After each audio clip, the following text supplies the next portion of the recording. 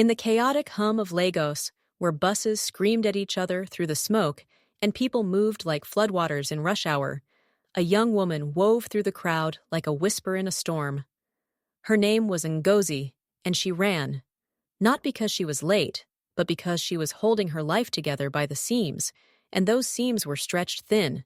Her black flats, once new and tight around the heel, had long since lost their shape. The right shoe had a peeled toe. The left squeaked faintly when she stepped just so. Her white blouse had been scrubbed to the point of translucency, and though ironed neatly, its age showed in the faded blue trim around the cuffs. A navy skirt hugged her waist, not for fashion, but because it was one of the last decent pieces of clothing she owned. Even her bag, a canvas tote stitched by hand, carried books, a notepad, a pen with fading ink, and an old ID badge, reminders of who she was and who she dreamed of becoming. She wasn't running to a job. She was running to a chance. Her mornings began before the city awoke. At University General Hospital, in a pale green room that smelled of disinfectant and slow hope, her mother lay still, hooked to machines. A heart condition, rare, expensive, and unforgiving, had left her bedridden, and the public system moved slowly unless pushed by money Ngozi didn't have. Each day, Ngozi bathed her gently with warm water. She brushed her mother's hair. She checked the IVs and adjusted the curtain to let in light. She kissed her hand and whispered, "I'll make you proud, Mama." And then she would run, through markets, buses, and crossings, just to arrive by 9 a.m. at the sleek glass doors of Adebayo Holdings. But today, her alarm didn't ring. She had fallen asleep at the hospital after staying late to comfort a crying patient nearby, a child who reminded her of her little brother. When she woke, it was already past 8h. She didn't stop to eat, didn't fix her hair. She only ran. By the time she reached the building, her feet ached and her chest pounded with fear. The security guard barely glanced at her. She was just another intern. She pressed the elevator button and stared at her reflection. Tired eyes, wild curls pulled back into a bun. A quiet dignity trying to hold back panic. The elevator opened. She stepped out and into something worse than silence. It was as if the air had been sucked out of the 12th floor. Interns stood frozen. Employees glanced awkwardly at their shoes.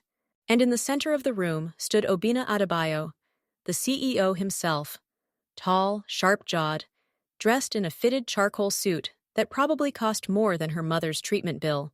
His presence didn't just command respect, it demanded submission. Next to him stood two assistants and the company's HR manager, who clutched a clipboard like a judge waiting for the sentence to be passed. "You!" Obinna said, pointing with the precision of a blade. "Come here." Ngozi stepped forward slowly, trying to straighten her blouse, pushing down the tremble in her legs. "Good morning, sir," she said, bowing slightly. "What time do we start work here?" he asked, his voice calm in the way a loaded gun is calm before the trigger is pulled. 9 o'clock, sir." "And what time is it now?" She hesitated. 9:14, sir." "So you know you're late," he said, folding his arms. "And still, you walk in as though you're doing us a favor." "Sir, ow." "Don't bother," he cut her off. "Let me guess. Traffic, family issues, an act of God? It's always something with your type. This is a business, Miss Ngozi, not a welfare center." The word "your type" landed like a slap. "I'm sorry," she whispered. Obinna turned to the HR manager. "Effective immediately. Revoke her access. Collect her ID. I don't tolerate mediocrity, especially not from interns." A small gasp came from the corner, where another intern, Amaka, clutched her chest as if she had been dismissed herself. But no one said anything. No one dared. Ngozi stood motionless for a beat, then nodded. "Thank you for the opportunity," she said, her voice barely above the hum of the air conditioning.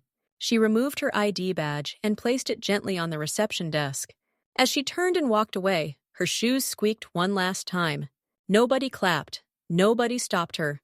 But the silence was louder than any applause. Her eyes burned, but she didn't let the tears fall. Not yet. When the elevator doors shut behind her, she exhaled and closed her eyes. She had just been fired in front of everyone. But even as the sting of shame bit her skin, deep in her chest, A different voice whispered, "Go see Mama, she's waiting." And so she walked back into the world, heart bruised, but back straight. Her pain folded quietly inside her, like a letter no one had read yet. Ngozi stepped into the sunlight as if it were a punishment. The heat of Lagos didn't care that she had just been humiliated. The street hawkers shouted, the buses roared. The world moved on. She walked without speaking. Her feet carried her through side roads and cracked pavements until she reached the hospital again, the only place where silence didn't judge her, and beeping machines made more sense than office politics. The front desk nurse, Madame Yemi, gave her a faint smile. "You're back again?" Ngozi nodded, trying to hold it together. "I forgot my scarf," she lied. Madame Yemi gave her a long look, not quite convinced, but too kind to push. Ngozi moved past her and into Ward 3B. Her mother lay there, still unconscious, as if unaware that the world had betrayed her daughter outside. Ngozi pulled the chair close and sat. For a moment, she allowed herself to crumble. Her eyes filled with tears, and this time she didn't stop them. She held her mother's frail hand and whispered, "I lost the job, Mama. I was late." Again, the room didn't respond. The machines beeped steadily, as they always had, but it felt like the only place left where she could breathe. Ngozi stayed for hours. She cleaned her mother's lips with wet cotton. She adjusted the pillow. She helped a nurse lift another patient nearby. And when one of the younger aides complained of fatigue, Ngozi offered to take her place just for the evening. "You're not even staff," the nurse laughed. "I have 2 hands," Ngozi replied, shrugging. "And I'm already here." So she stayed. She changed bedpans, helped reposition an elderly man who had lost the use of his legs. When the pharmacy line got long, she helped organize patient files. She was poor, jobless, and worn out, but here she was needed. That night, back in her room, a single space behind her aunt's tailoring shop, Ngozi lay awake. The fan above her made a noise like coughing metal. She stared at the ceiling. Why did life treat kindness like a curse? Why did people like Obinna, with their designer watches and hard mouths, control the fate of girls like her? But she didn't ask for answers, only for strength. She closed her eyes and slept like someone who had no choice but to believe tomorrow might be softer. Across the city, in a villa wrapped in white concrete and silence, Obinna sat by his mother's bedside. He wasn't a man used to being still. His world was stocks, numbers, reports, deals, and more deals. But his mother, Madame Ifeoma Adebayo, was his only softness. Her sudden collapse 2 nights ago had shaken the part of him he thought he'd buried. Now, doctors spoke in riddles about her condition. Weak heart, possible complications, tests ongoing. Obinna had built companies, fired hundreds, doubled revenue in a quarter. But here, beside his mother's frail body, he felt helpless. A nurse entered, holding a chart. "Sir, the doctor will be with you shortly." Obinna only nodded. He didn't sleep that night either. The next morning, as the sun poured over the hospital corridors like a quiet promise, Obinna paced outside the ward while waiting for the cardiologist. That's when he heard a voice. Familiar, yet softer now. "Excuse me, sir," someone said gently. He turned. Ngozi stood before him in a blue hospital apron, latex gloves on her hands, hair tucked back neatly under a disposable cap. At first, he didn't recognize her. Then he blinked. "You?" She stood straight. "Yes, sir. What are you doing here?" he asked. His tone was confused, but not angry. Ngozi looked him in the eye. "Volunteering, sir." Obinna's eyebrows knitted. "Since when does an intern fired from a corporate office show up as a hospital assistant?" I was never just an intern, sir," she replied quietly. "I've been volunteering here since the day my mother was admitted. She's in ICU, room 3B. I was late yesterday because I stayed a little too long." Silence. He didn't speak. She didn't flinch. Obinna looked past her, into the corridor behind. The world tilted slightly. "My mother. She said someone helped her when she was short of breath last night. Held her hand, called the nurse, got her medicine when the staff were busy." Ngozi said nothing. Obinna's throat tightened. "It was you?" "I was just passing by, sir. She looked scared. I didn't want her to feel alone." Obinna stepped back slightly. His mouth opened, but no words came. In that moment, the man who fired her for being 13 minutes late stood in a hospital corridor, blinking against the weight of his own arrogance. He didn't thank her, not yet. He only nodded, then turned and walked into the room where his mother slept, unaware of the girl who had stood in her shadow when her son couldn't. Obinna sat beside his mother, her frail hand wrapped in his larger one. Her breathing was steadier now, thanks to the oxygen line nestled beneath her nose. But still, she hadn't woken. Her once commanding voice, the voice that had raised 3 sons and run a household with precision, had gone quiet. He kept thinking of the girl, Ngozi. The name hit differently now, not as the disheveled intern he dismissed, but as the calm presence who had comforted his mother while he was away taking a business call. He remembered how she didn't defend herself the day before, didn't beg, didn't argue, just bowed and left. Why? Why didn't she just tell him the truth? But a deeper part of him knew the answer. She didn't expect to be believed. He rose from the chair and stepped into the hallway again, but Ngozi was gone. Nurses passed, interns rushed down the corridor. But the girl who had held his mother's hand during an episode had vanished like a ghost. Later that evening, he found her again. She was standing at the back of the hospital courtyard, near a low bench surrounded by wilting hibiscus flowers. She was handing out crackers and water to 2 little boys waiting on their mother's test results. Obinna approached quietly, watching her from behind a nearby pillar. She bent to wipe crumbs from the smaller boy's shirt and offered him a napkin with a kind smile. "How long have you been doing this?" he asked finally. Ngozi turned, startled. "Sir." "No, don't apologize," he said quickly. "Just answer me honestly." She took a breath. 3 years. I started volunteering when my mother first got sick. I couldn't afford private care, but I could help others. That's how I pay back, sir. In time, in energy, in kindness. Obinna said nothing. His hands were in his pockets. His eyes searched her face, as if trying to unlearn the version of her he had assumed. "I owe you an apology," he said quietly. "You don't," she replied just as quietly. "You didn't know." "That's no excuse." Ngozi looked down. "It's not the first time someone judged me before hearing me, but it still stings." He took a step closer. "Why didn't you tell me? That your mother was in the hospital? That you were helping here?" She shrugged. "Would it have changed anything, sir?" Obinna didn't answer. Ngozi turned to him then, her voice soft but firm. "You wear suits stitched in London. I wear shoes I glue back together. In your world, excuses are weakness. In mine, they're survival." A pause. Then she added, "But I forgive you." The words weren't bitter. They were matter of fact, like the closing of a chapter. Obinna looked away, ashamed. Later that night, Obinna sat beside his mother again. The doctor came in with new results and some cautious optimism. If her condition remained stable for 72 hours, she'd recover fully. "Someone up there must be watching her," the doctor said. Obinna thought of Ngozi again. The next morning, he returned to the hospital early, but Ngozi wasn't there. The nurse on duty said she had gone to the pharmacy to get medicine for another patient's grandmother. She didn't even work here. She wasn't on payroll. And still, she moved like she belonged to this place, like this was her calling. Back in the corporate office, the same day, Obinna walked into the HR department. "Do we keep any record of our interns after they're dismissed?" he asked.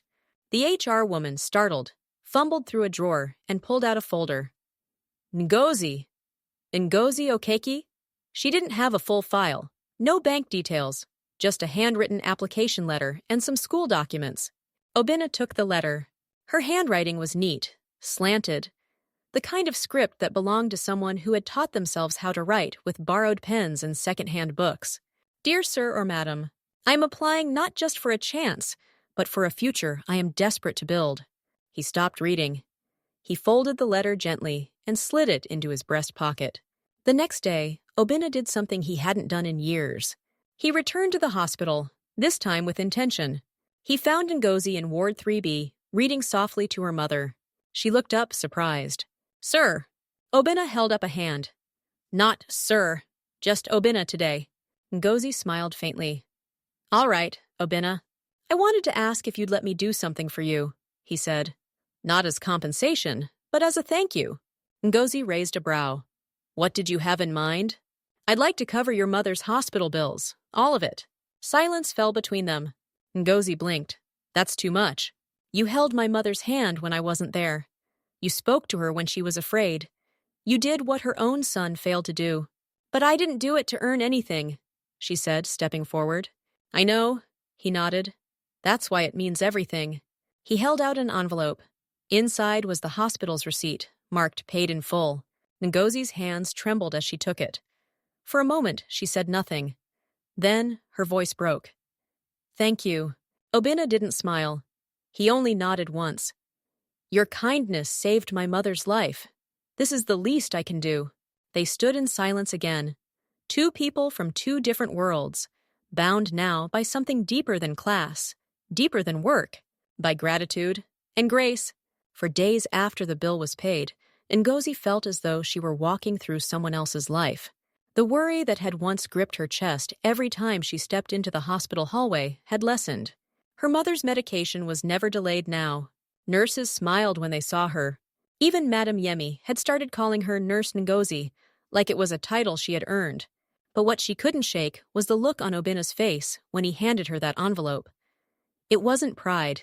It wasn't pity either. It was something heavier guilt wrapped in gratitude. Obinna, on the other hand, found himself thinking of her every time he sat at his office desk. The girl he had fired for being late was living rent-free in his mind, not because she embarrassed him, not because she had corrected him, but because she had done what he could not. She had acted like a human being when it mattered. He looked at his office differently now. The glass walls suddenly felt sterile. His staff smiled at him, but none had ever challenged him. None had made him reflect. Not like her. One evening, as the sun set over the Lagos skyline, Obinna returned to the hospital once more. He didn't announce himself. He simply walked the halls until he saw her outside the ward, seated on a bench with her head tilted back, watching birds dart across the orange sky. I think, he said quietly, I owe you a lot more than money. Ngozi turned, smiling. I told you, sir. Obinna, you don't owe me anything. But I do, he insisted. I owe you an apology, a real one, for more than just the firing. She turned to face him fully now. I didn't just fire you, he said. I humiliated you. I made you feel small in front of people who already thought they were bigger than you. And I never once asked why. Ngozi listened. I've spent my whole life making decisions with numbers, deadlines, and KPIs. I forgot that behind every delay, there might be a story. That sometimes being late doesn't mean being lazy. It means being loyal to something no one else can see. She looked at him for a long moment. You said something that day, she finally replied. Your type. You said it like I was beneath the building you walk in. Obinna closed his eyes. I know, and I regret that more than anything. You were right about one thing, she said softly. We are different, but not in the way you think. I may not have your money, your shoes, or your suits, but I've never needed those things to know my worth. Obinna swallowed hard. I believe you now. I see you now. She nodded, then looked back up at the sky. Good, because most people don't look long enough. There was a silence between them, not awkward, not empty, just full. Then Obinna sat beside her. I want to offer you something again, he said. Ngozi raised a brow. Another envelope? No, he smiled faintly. A scholarship, full ride, medical science, anywhere you want to go. Her eyes widened. Are you serious? I'm not the type to joke, he replied. You've got more talent and compassion in your pinky finger than most of the managers in my building. Ngozi looked away, tears brimming. Why me? Because you saved my mother's life twice. Once with your hands, and once with your silence. She blinked at that. Silence? He nodded. You could have exposed me, embarrassed me, gone online, made a scene. But you didn't. You chose dignity over vengeance. I don't know many people who would have done that. Ngozi bit her lip. The streetlights were flickering on now, casting long shadows around them. Okay, she whispered. But I have one condition. Name it. I want to earn it. I don't want to be handed it like pity. You're not, he said. You already earned it. Every day you showed up. Every day you stayed late. Every time you smiled when you should have cried. She smiled faintly. Then, thank you. Obinna stood, brushing imaginary dust off his sleeves. The thank you is mine, Nurse Ngozi. They laughed softly together. That night, Obinna went home and rewrote the internship policy at Adebayo Holdings. No intern could be fired without a one-on-one hearing. Every late arrival would require a wellness check before disciplinary action. And every manager had to complete mandatory empathy training. From now on, he told HR, we don't just hire talent, we protect it. Weeks passed. Madame Ifeoma eventually woke, weak but smiling. Her first words were, "Where is the girl with the warm hands?" Obinna laughed. "She's studying now, Mama, to be a doctor." "A good one," she whispered. She had a healer's heart. 2 years passed.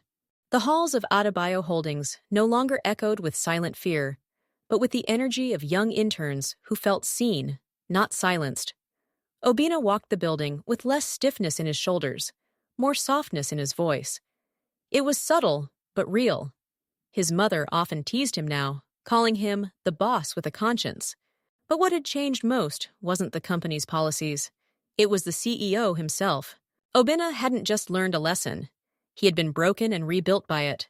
And every month, without fail, he received an email update from a student in Cape Town.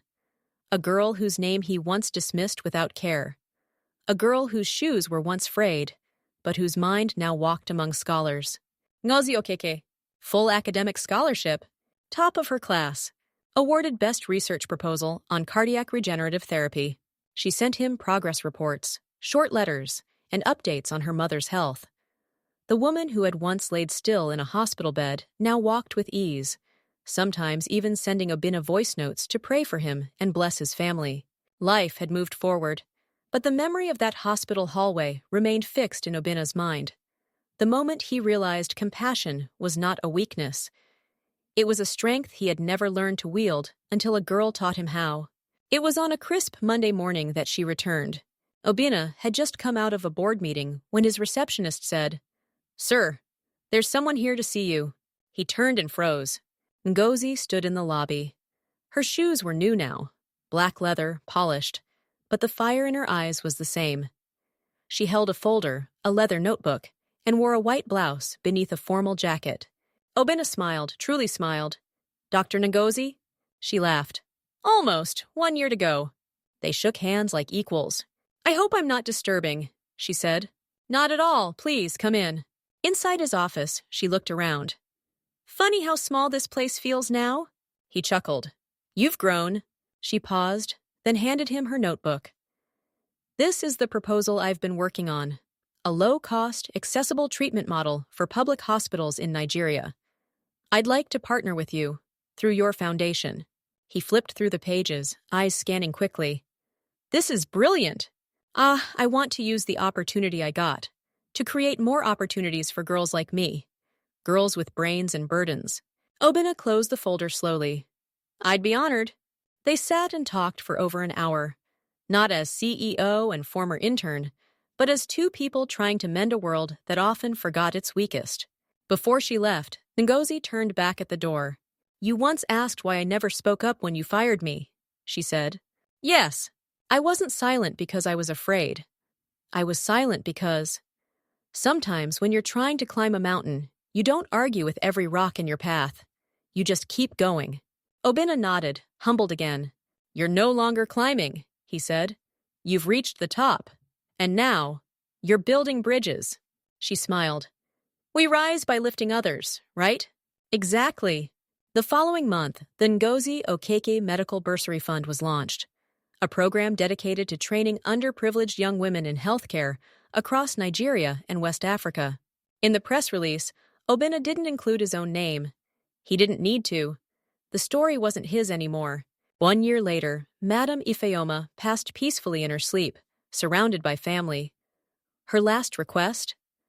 That her funeral be simple, and that her eulogy include the name of the girl who brought her back to life when even prayers seemed quiet. At the service, Ngozi stood beside Obinna. not behind him. She read Psalm 121 in a clear, unwavering voice. And when she finished, she looked at Obinna, and he looked back, both of them knowing. Some debts can't be repaid in money, only in purpose.